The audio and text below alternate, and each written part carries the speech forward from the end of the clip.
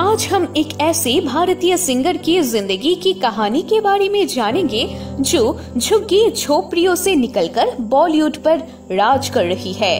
मैं बात कर रही हूँ बॉलीवुड की प्लेबैक सिंगर नेहा कक्कड़ की, जिन्हें सेल्फी क्वीन भी कहा जाता है।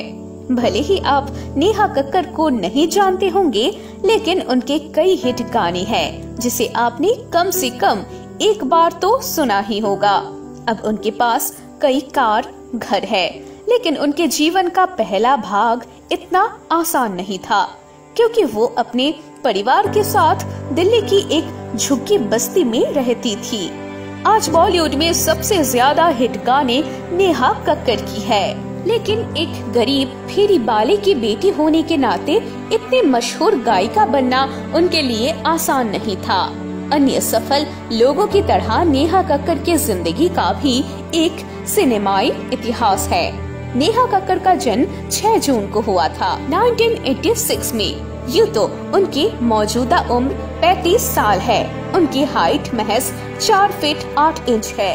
उनके पिता का नाम ऋषिकेश कक्कड़ है, जो एक चाय की दुकान में समोसे बेचकर अपना जीवन यापन करते थे। माँ का नाम निकी कक्कड़ है। इसके अलावा नेहा कक्कड़ की एक बड़ी बहन और एक भाई है। नेहा की बड़ी बहन का नाम सोनू कक्कड़ है, वहीं नेहा कक्कड़ के भाई का नाम टोनी कक्कड़ है। नेहा कक्कड़ का जन्म दिल्ली से 250 किलोमीटर दूर उत्तराखंड में हुआ था। कम उम्र में ही गरीबी के कारण उनका परिवार दिल्ली आ गए। वहाँ उन्होंने परिवार के लिए कई छोटे मोटे काम भी किए, जिनमें अपने पिता का समोसा बेचना भी शामिल था।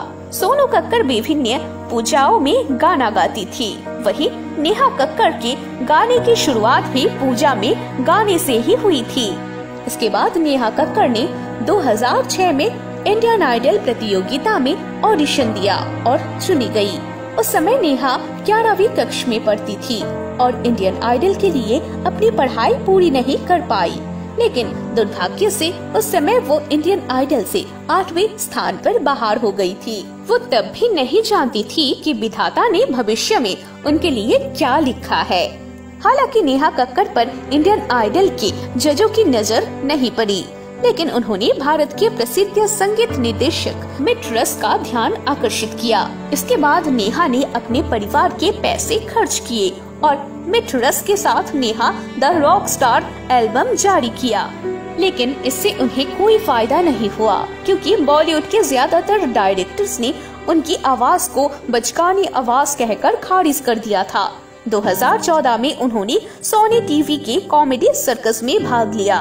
उन्होंने कॉमेडी के जरिए कई गाने सुनाकर सबकी सराहना बटोरनी शुरू कर दी। फिर उन्होंने यूट्यूब पर कवर सॉन्ग करना शुरू किया। नेहा ने काफी अच्छा डांस भी किया। सोशल मीडिया की वजह से उनके लाखों फॉलोअर्स बन गए। ऐसे में उनके टैलेंट को बॉलीवुड के कई बड़े म्यूजिक डायरेक्टर्स ने नोटिस किया। उनके जीवन में एक महत्वपूर्ण मोड़ आता है जब उन्होंने हनी सिंह का ध्यान अपनी ओर खींचा। इसके बाद हनी सिंह ने कॉकटेल मूवी के सेकंड हैंड जवानी गाना ऑफर किया और मुख्य रूप से इसी गाने के जरिए नेहा की किस्मत खुल गई। इसके अलावा उन्होंने 2012 में शाहरुख खान को लेकर एक गाना बनाया था, जिसने शाहरुख खान का ध्यान खींचा, जिससे उनके करियर में मदद मिली। फिर साल 2013 में हनी सिंह ने नेहा के साथ आज ब्लू है पानी पानी नाम का गाना गाया और उस वक्त वो गाना काफी हिट हुआ था। इसके बाद उन्हें पीछे मुड़कर देखने की जरूरत नहीं पड़ी। उस समय नेहा कक्कड़ ने बॉलीवुड में अपनी मजबूत स्थिति स्थापित कर ली थी और उनके हाथ से ही टोनी कक्कड़ का क्रिएचर 3D सिनेमा में अभिषेक हो चुका था। फिर 2015 में हनी सिंह के साथ आई लड़की ब्यूटीफुल मैं तेरी गर्लफ्रेंड 2017 में हिट रही थी। काला चश्मा मई 2018 में हिट हो गई थी और इसके साथ दिलबर दिलबर 2019 में हिट और कई अन्य गाने। फिलहाल नेहा कक्कड़ बॉलीवुड की सर्वश्रेष्ठ प्लेबैक सिंगर है। आज उन्होंने एक गाने के लिए 15 लाख रुपए चार्ज करती है। वो है नेहा कक्कड़, जो साल 2006 में इंडियन आइडल से बाहर हो चुकी थी और 2014 में इंडियन आइडल में ही जज के सीट पर बैठी थी।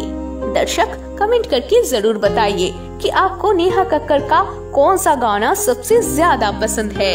धन्यवाद।